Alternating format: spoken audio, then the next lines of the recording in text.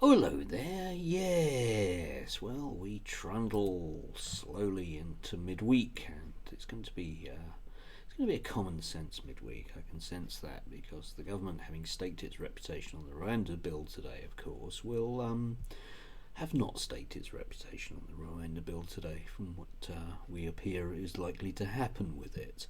Anyway, I want to talk about gender criticals today because for a group of people that definitely have biology and definitely have common sense on their side, by God, they look like farcical idiots from the outside. The Daily Mail has a brilliantly, please do read this. The Daily Mail has a brilliantly long piece about Enoch Burke. Yes, Enoch by name, Enoch by nature, Irish teacher who has just made himself. I don't know if the guy is and his family are desperately self-aware, but he's ended up in prison because he keeps breaking a prison order because he won't stop harassing a school where he used to work, and he doesn't want to work because they're going to use pronouns. So he's decided he's going to throw a hissy fit and doesn't want to do it, which has landed him in jail because he won't stop. Now, you can make of that what you will.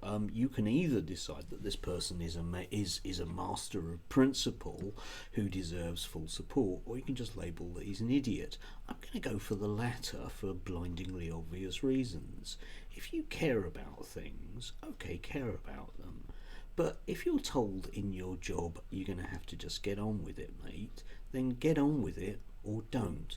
But you don't sit on the ground screaming because you're not getting your own way. That just looks childish.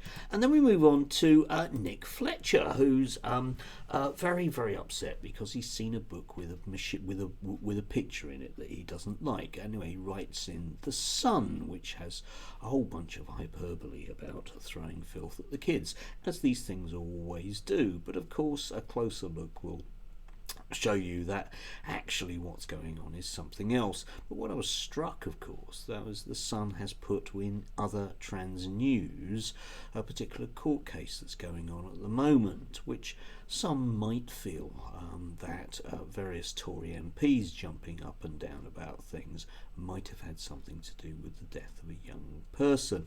And finally, we can't really escape from Connor Tomlinson, who manages not to know anything about anything, but once again is given the platform to spout it. So last week, Liz Truss was brave enough to propose a private members bill. Just want to unpack this in full. Yes, how brave of her to have a go at a minority. It's really unlike a Conservative MP to decide to just kick that particular group, isn't it? How brave of her, with all of the support she gets from people like Connor Tomlinson and the entire media landscape. How brave.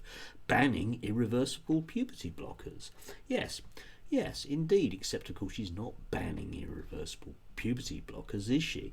Only for certain conditions which she and you don't like. Irreversible. Of course they're not irreversible.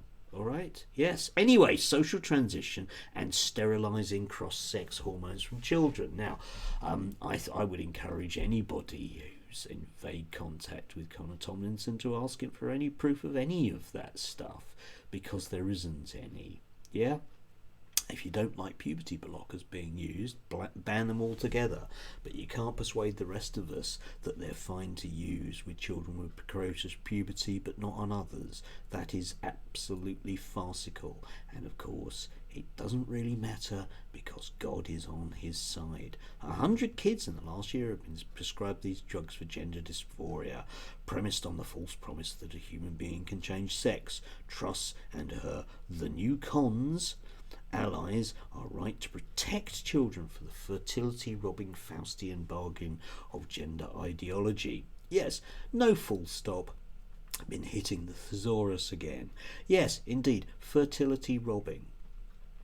Not really, is it? There are one or two studies which might suggest that there can be problems. However, there are problems with all medical treatments.